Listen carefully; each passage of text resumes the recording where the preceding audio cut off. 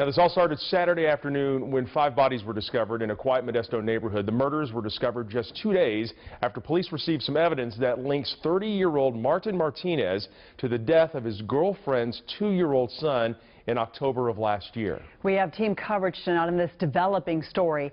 KCRA 3's Linda Muma is in Modesto with what we're learning about the victims. Mike Lurie's in San Jose with how Martinez was arrested. Let's begin right now with KCRA 3's Kevin Oliver. He's live in Modesto with this new information that links this suspect to the death of 2-year-old Christopher Ripley last year. Kevin.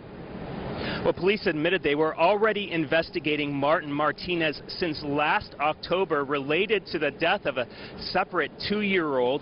They said that they got critical information in that case just 2 days before this weekend's mass killings.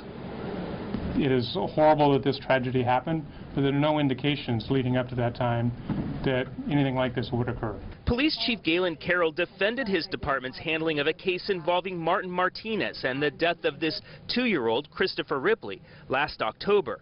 The toddler was the son of Amanda Cruz, and police say he died last year of blunt force trauma while in the sole care of Martin Martinez. Investigators have had the case since October. What took 9 months is, as many of you know, homicide investigations do take a great deal of time. You only have one shot at making an arrest or making that case, so you want to make sure that you do that properly. The chief said Child Protective Services was brought in after Ripley's death. In the last at least 2 months, he was not living at that residence any longer.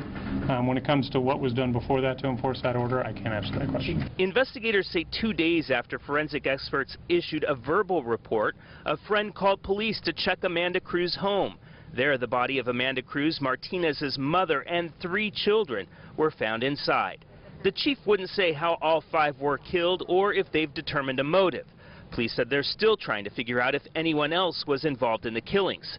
The chief said they looked into whether Martinez somehow found out that investigators were closing in on him regarding the death of Christopher Ripley.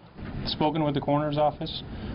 My understanding is very limited people knew that that verbal report came out from that specialist. So we do not believe that played a factor in this.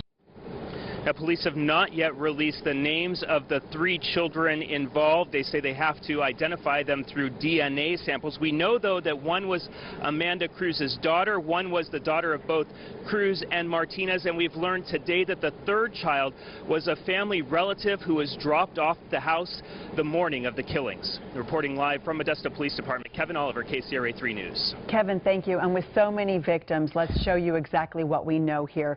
Friends and relatives have confirmed some of the names of the Modesto murder victims to KCRA. There was 38-year-old Amanda Cruz, her 6-year-old daughter Elizabeth, her 6-month-old baby Rachel.